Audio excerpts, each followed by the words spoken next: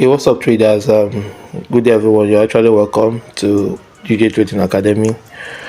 Okay guys, I decided to do this video to actually show you guys how I was able to pick my trade entry on gold.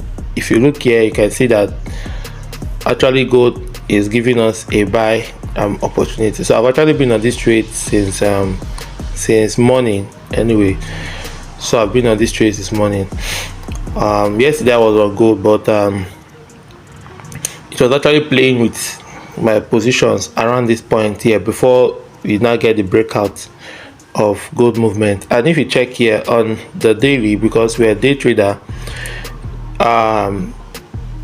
if you go to the daily, you will notice that this is today's daily candle here on gold. So you can see yesterday was bullish, but it had to close.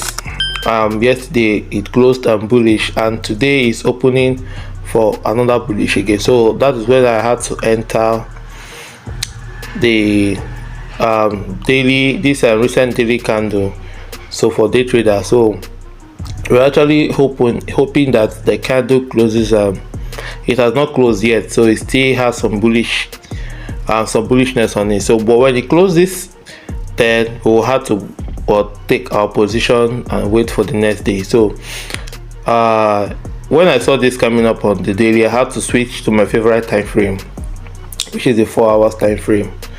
So I had to spot out my key levels on the 4 hours, because I'm actually working on today is just day trading. So I had to spot out my key zone, which I'm seeing here.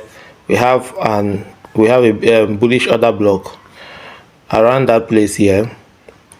You can see guys, this was my markup zone, and you can also see we also have another bullish order block, and in between the blocks we have fair value gap, so inefficiency, and we have some imbalance of price there.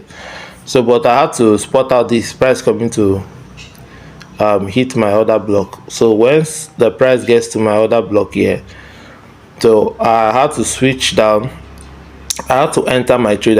So I told you guys I love trading on the 4 hours chart. Okay, so when price now hits the order block, then I saw the movement of candle. So you see where I entered, but I was supposed to have entered here, but I didn't see the movement of this recent 4 hours. Not until I now notice this recent bullish candle.